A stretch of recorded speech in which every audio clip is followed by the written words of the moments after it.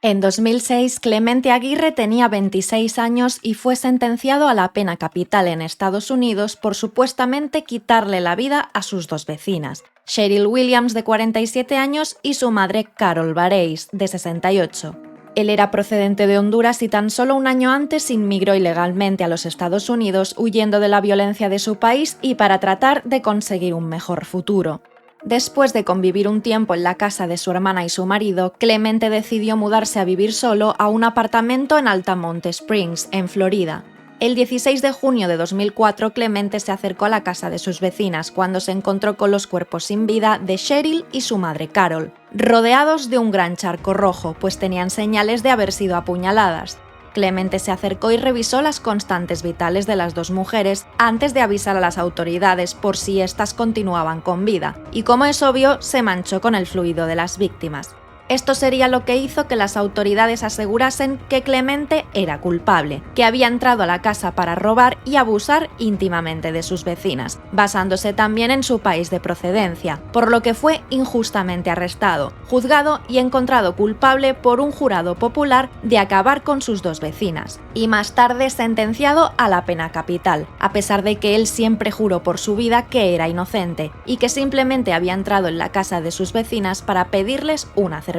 pues era algo que solía hacer con frecuencia a sus vecinos, pero no tenía testigos que avalaran su versión. Clemente pasó 14 años en la cárcel, 11 de ellos en el corredor de la muerte. Sin embargo, sus abogadas de la plataforma Witness to Innocence recabaron pruebas, pidieron testimonios y solicitaron análisis de ADN, por lo que finalmente pudo demostrarse la inocencia de Clemente, ya que Samantha Williams, hija de Cheryl y nieta de Carol, estaba fuertemente involucrada en el crimen, pues se encontró su ADN sanguíneo en la escena, así como varios testimonios que aseguraron que Samantha tenía un carácter explosivo, era conflictiva y había amenazado en varias ocasiones con acabar con su madre y abuela. Finalmente, el 5 de noviembre de 2018, tras 14 años, 4 meses y 19 días encarcelado injustamente, de los cuales 10 años y 3 meses los pasó en el corredor de la muerte, Clemente Aguirre fue declarado inocente y todos los cargos fueron retirados.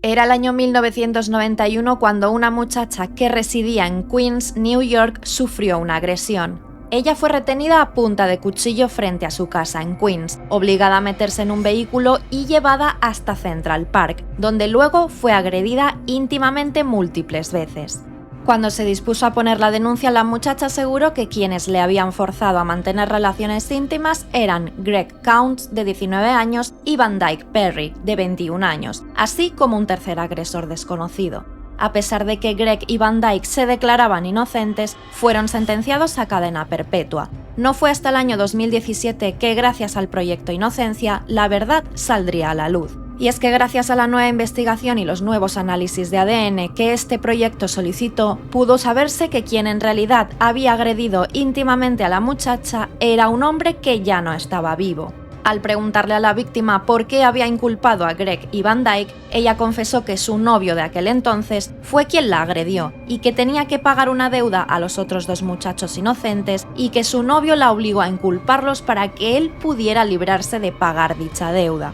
El 7 de mayo de 2018, Greg Counts, de 46 años, y Van Dyke Perry, de 49, fueron exonerados de todos los cargos, recuperando por fin su libertad, tras pasar más de media vida encarcelados injustamente. Pero a pesar de ser inocentes y haber recuperado su libertad, ambos afirmaban que lamentablemente la sociedad les seguiría juzgando por lo que sucedió en el pasado, el cual les perseguirá por siempre.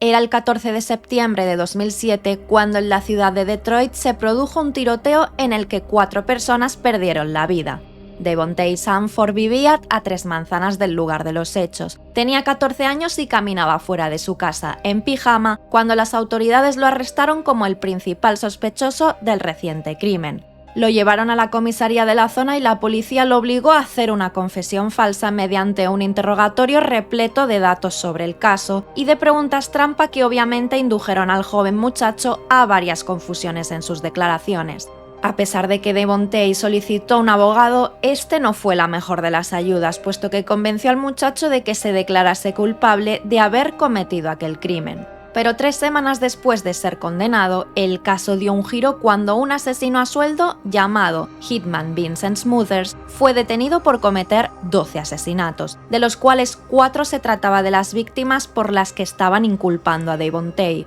Después de permanecer 9 años injustamente en prisión y gracias a la confesión de Vincent Smothers, el 6 de septiembre de 2016, Devontae Sanford fue declarado inocente, exonerado de todos los cargos y puesto en libertad. Sin embargo, ese tiempo en prisión le pasó factura a Devontae, pues le costó mucho volver a reinsertarse en sociedad, y en 2018 fue arrestado por agresión. En 1993, en New Jersey, un muchacho de 22 años llamado Tito Mourinho fue víctima de varias puñaladas mientras se encontraba trabajando en su tienda, por lo que perdió la vida. Tal como sucedió en el caso antes mencionado de Devontae Sanford, Eric Kelly y Ralph Lee fueron arrestados a pesar de no tener ninguna conexión con el crimen de Tito Mourinho. De nuevo, todas las supuestas evidencias fueron elaboradas por la policía, ejerciendo presión sobre los detenidos a través de preguntas trampa y utilizando las declaraciones de un testigo incompleto, a quien convencieron de que Eric y Ralph eran los culpables de aquel crimen. Una vez más, los proyectos por la inocencia se involucraron en este caso en 2017, y para la defensa se basaron en que las autoridades se negaron a investigar más el caso, y que el testigo también se negó a hablar, pues estaban aferrados ciegamente en que Eric y Ralph eran culpables sin querer investigar más sobre el pasado de los inculpados. Mientras que Ralph Lee fue liberado tras pasar 11 años en la cárcel, Eric Kelly pasó 24 años en prisión hasta que nueva evidencia de ADN se presentó ante el juez y también fue liberado el 6 de abril de 2018. Ralph y Eric se mostraron muy agradecidos a sus respectivas familias por el apoyo recibido y al equipo legal que consiguió demostrar su inocencia. El 13 de mayo de 2003, Marta Puebla, una muchacha de 16 años, fue asesinada por varios disparos frente a su casa en Sun Valley, California. Esto ocurrió después de que esta chica declarase como testigo en un juicio contra pandilleros mexicanos. Juan Catalán era el hermano de José Ledesma, uno de los acusados contra los que había declarado la víctima, y ese mismo día fue arrestado por ser el principal sospechoso, pues las autoridades creyeron que Juan había llevado a cabo el crimen siguiendo las órdenes de su hermano, ya que la víctima también había mantenido una relación con él. Pero Juan tenía una coartada sólida, y es que la misma tarde en la que se cometió el crimen, él se encontraba en un partido de los Dodgers de Los Ángeles, junto a su hija pequeña, por lo que solicitó que revisaran los vídeos. El abogado de Juan estuvo varios días revisando a cámara lenta uno a uno los rostros que se veían en el estadio, los cuales eran más de 50.000. Finalmente lo encontró, pero aparte de que se veían algunos píxeles, la hora en la que aparecía el rostro era una hora antes de que se cometiera el crimen, por lo que la fiscal se aferró a eso y desestimaron la prueba.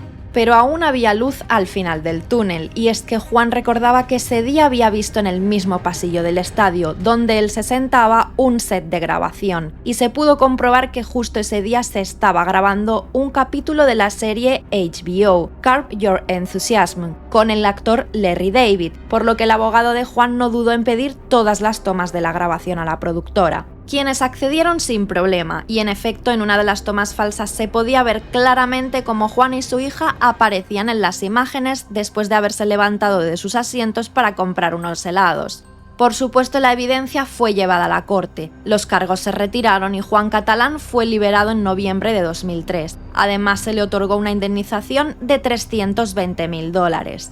Más tarde el FBI se hizo cargo del caso y arrestaron y condenaron a los verdaderos culpables del crimen contra Marta Puebla. Por otro lado, los detectives que se encargaron del caso y de incriminar a Juan Catalán, llamados Martin Painter y Juan Rodríguez, confesaron que trataron de conseguir una confesión falsa, por lo que fueron declarados culpables de coerción y falsificación en sus informes.